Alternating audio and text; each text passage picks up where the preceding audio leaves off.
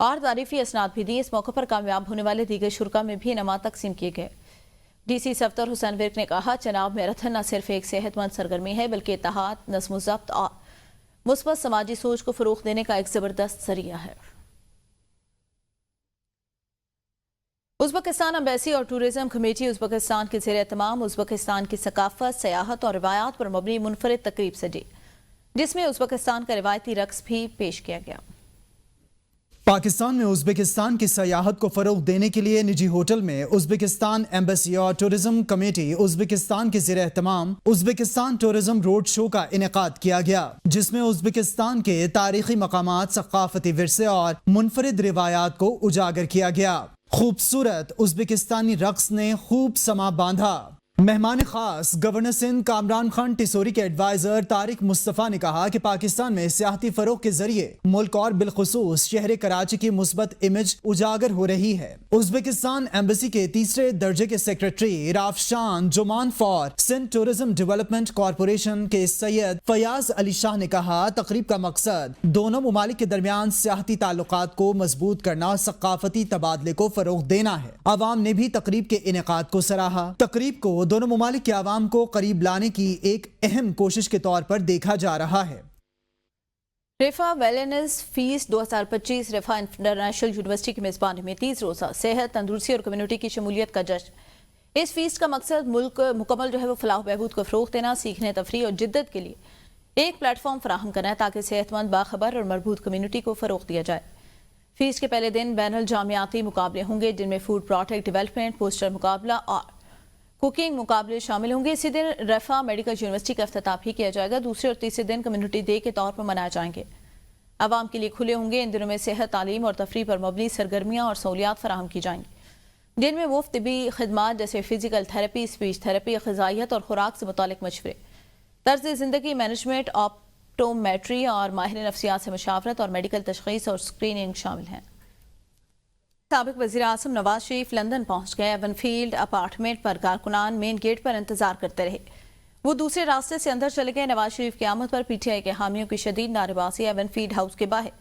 لیگی کارکنان اور پی ٹی آئی کے حامی جو ہیں وہ آمنے سامنے۔ پولیس نے P T I supporter Gulfam Hussain کو گرفتار کر لیا۔ گلفام حسین کو خرم بٹ کی شکایت پر حراست میں لیا گیا۔ Nawaz Sharif even field apartment میں قیام کریں گے۔ ذرائع کے مطابق نواز شریف لندن میں میڈیکل ٹیسٹ اور چیک اپ کرائیں گے۔ وزیر اعظم شہباز شریف بھی لندن میں موجود ہیں۔ 26ویں آئینی ترمیم سے عدالتی اصلاحات ہوئیں۔ اب شاہی دربار نہیں، آئینی عدالتیں ہوں گی۔ جوڈیشری قابل احتساب ہے، کوئی کام نہیں کرنا چاہتا تو گھر جائیں۔ وزیر قانون اعظم نذیر طاہر اسلام آباد ہائی کورٹ بار سے خطاب کر رہے تھے۔ کہا، میں نے کبھی کسی کے بارے میں بیک ڈور سے حمایت حاصل نہیں کی۔ سمجھتا ہوں حکومت کو کسی بھی بار مداخلت میں نہیں کرنی چاہیے۔ انہوں نے سوال اٹھایا، وکلا کے احتجاج سے دہشت گردی ایکٹ کا کیا تعلق ہے؟ چیئرمین پی ٹی آئی اور سیکرٹری جنرل کے درمیان تنازع کا معاملہ۔ پی ٹی آئی پارلیمانی پارٹی میں بیرسٹر گوہر کی حمایت یافتہ ایم این ایز نے ان کے حق میں بھرپور آواز اٹھانے کا فیصلہ کر لیا۔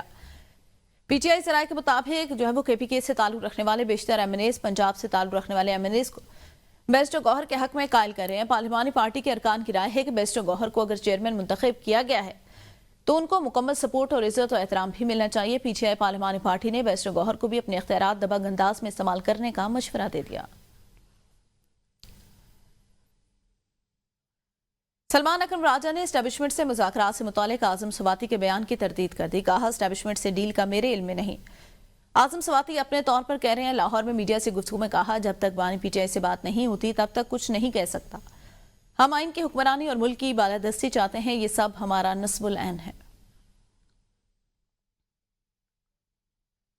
وزیر دفاع خواجہ آصف کہتے ہیں، بلوچستان والے مرض کا علاج میاں محمد نواز شریف کے پاس ہے۔ میاں صاحب نے کہا کہ ملک و قوم کے لیے جو کچھ تفویض کیا جائے اس پر کام کروں گا۔ بلوچستان میں موجودہ مسائل کا متشدد عناصر استعمال کر رہے ہیں۔ نواز شریف نے بلوچستان کے لیے کام کیا، وہاں کا انفراسٹرکچر اور سڑکیں نواز شریف نے بنوائی۔ آج بھی بلوچستان میں نواز شریف کی ساکھ موجود ہے۔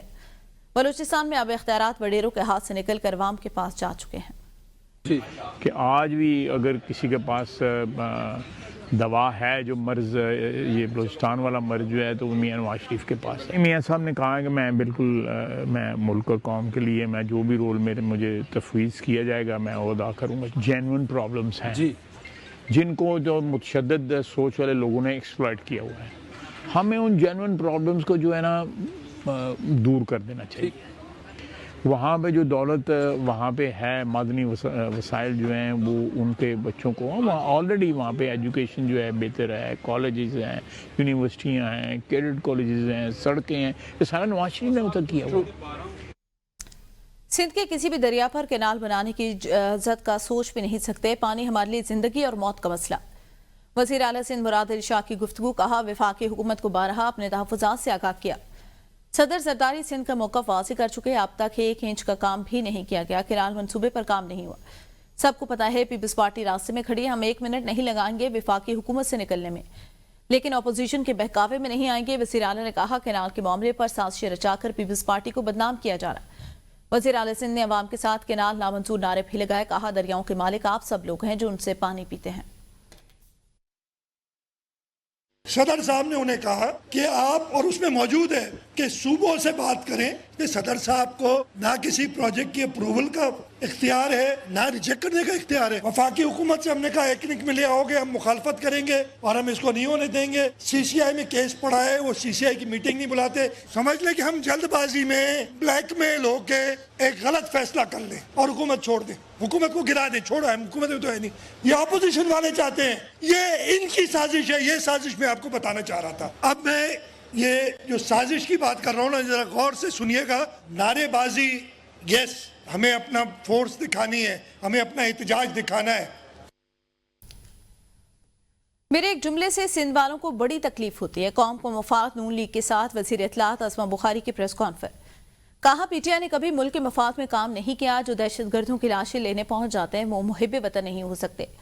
نواز شریف پہلے کی طرح بلوچستان کا مسئلہ حل کریں گے.